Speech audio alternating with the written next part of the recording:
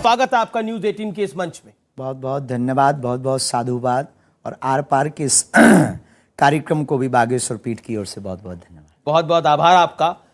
लेकिन आपकी जबरदस्त फैन फॉलोइंग है। मैं युवाओं के हिसाब से अगर पूछूं तो जबरदस्त फैन फॉलोइंग है, आपका बड़ा क्रेज है। इतना क्रेज तो बॉलीवुड एक्टर्स का भी नहीं होता।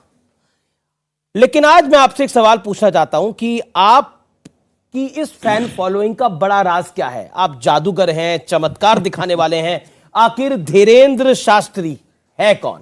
पहली बात तो हमारी कोई फैन फॉलोइंग नहीं है, हमारा तो पूरा परिवार है। फैन फॉलोइंग तो उनकी होती है जो सेलिब्रिटी होते हैं। I am not celebrity, I am not actor, I am not film actor. हम तो केवल एक साधारण मानव सनातन का झंडा लेकर चलने वाले एक साधक हैं। तो हमारी कोई फैन फॉलोइंग नहीं, हमारा परिवार है। हमें गर्व है कितना बड़ा परिवार है। लेकिन अगर आपका मैं परिचय पूछूं कि धीरेंद्र शास्त्री कौन है, चमत्कारी हैं, अवतारी हैं, कौन है? धीरेंद्र शास्त्री एक साधारण इंसान है, जैसे आप हैं वैसे हम हैं।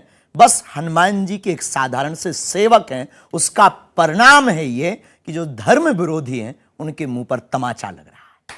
तो आपके पास ऐसा क्या गुण है? मैं इस सवाल को ऐसे पूछता हूं कि आपके पास ऐसा क्या गुण है कि हनुमान जी ने आपको चुना? सच्चाई बोलने का गुण है और निडरता के साथ सच्चाई को दावे के साथ रख करके और सबको सत्य से जोड़ने का गुण है। और ये अगर किसी भी इंसान के पास ये गुण आ जाए तो ईश्वरीय दिव्य कृपा को वो स्वतः ही पा जाता है।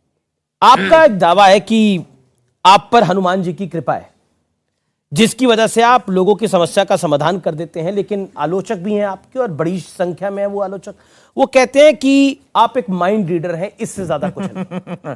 पहली बात तो ये दावा हमने कभी नहीं किया कि हम पर ही हनुमान जी की कृपा है। सब पर है सो हम पर है।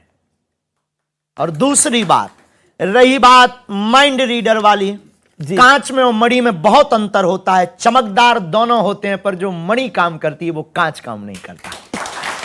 ये देश सेकुलर है, लेकिन आप हिंदू राष्ट्र की जिद पे अड़े हैं और अपनी बात पे निडर होके क्यों खड़े हैं? अगर हिंदुस्तान में रहने वाला हिंदू राष्ट्र की जिद पर नहीं अड़ा तो वो हिंदुस्तानी है ही नहीं। वो लगता है वेस्ट इंडीज का आदमी है।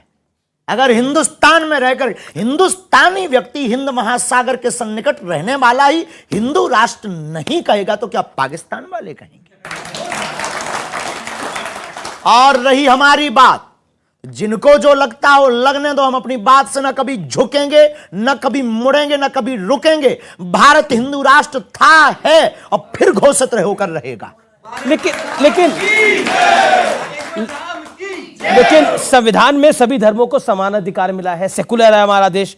तो सिर्फ हिंदुओं के आधार पर देश कैसे हो सकता है? पंथ निरपेक्ष राष्ट्र है। संविधान में 125 बार पत्रकार महोदय संशोधन लगभग हो चुका है। 126 बार हिंदू राष्ट्र देंगे। कैसे बनाएंगे आप? तो आप अंबेडकर के संविधान को जला देंगे क्या? इन्होंने कहा कैसे आप कह सकते हैं? जैसे इनके लोग गजवाए हिंद कह सकते, वैसे हम भगवाए हिंद कह सकते।